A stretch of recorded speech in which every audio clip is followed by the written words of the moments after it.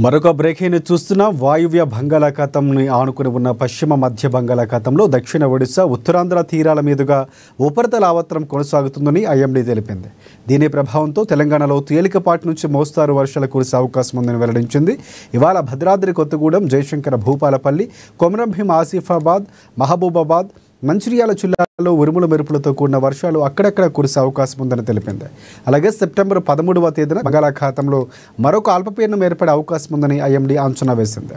ఈ అల్పపీడనం క్రమంగా బలపడి పశ్చిమ వాయువ్య దిశగా ఆంధ్రప్రదేశ్, ఒడిశా, తెలంగాణ రాష్ట్రాల వైపు కదిలే అవకాశం ఉందని పేర్కొంది. దీని ప్రభావంతో సెప్టెంబర్ నెలాఖరు వరకు తెలుగు రాష్ట్రాల్లోని అనేక ప్రాంతాల్లో విస్తారంగా వర్షాలు కురుస్తాయని ఐఎండీ అంచనా వేసింది.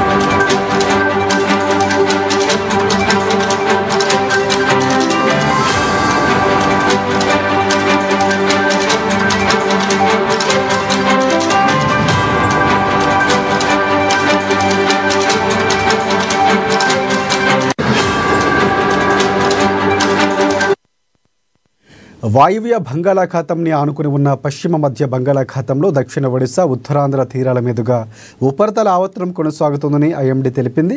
దీని ప్రభావంతో తెలంగాణలో తేలికపాటి నుంచి మోస్తారు వర్షాలు కురిసే అవకాశం ఉందని వెల్లడించింది. ఇవాళ భద్రాద్రి కొత్తగూడెం, జయశంకర భూపాలపల్లి, కొమరంభీం ఆసిఫాబాద్, మహబూబాబాద్, మంచిర్యాల జిల్లాలో ఉరుముల మెరుపులతో కూడిన వర్షాలు అక్కడక్కడ కురిసే అవకాశం ఉందని తెలిపింది. అలాగే సెప్టెంబర్ 13వ తేదీన బంగాళాఖాతంలో మరొక అల్పపీడనం ఏర్పడే అవకాశం ఉందని ఐఎండీ అంచనా వేసింది. ఈ అల్పపీడనం క్రమంగా బలపడి పశ్చిమ వాయువ్య దిశగా ఆంధ్రప్రదేశ్, ఒడిశా, తెలంగాణ రాష్ట్రాల వైపు కదిలే అవకాశం ఉందని పేర్కొంది. దీని ప్రభావంతో సెప్టెంబర్ నెలాఖరు వరకు తెలుగు రాష్ట్రాల్లోని అనేక ప్రాంతాల్లో విస్తారంగా వర్షాలు కురుస్తాయని ఐఎండీ అంచనా వేసింది.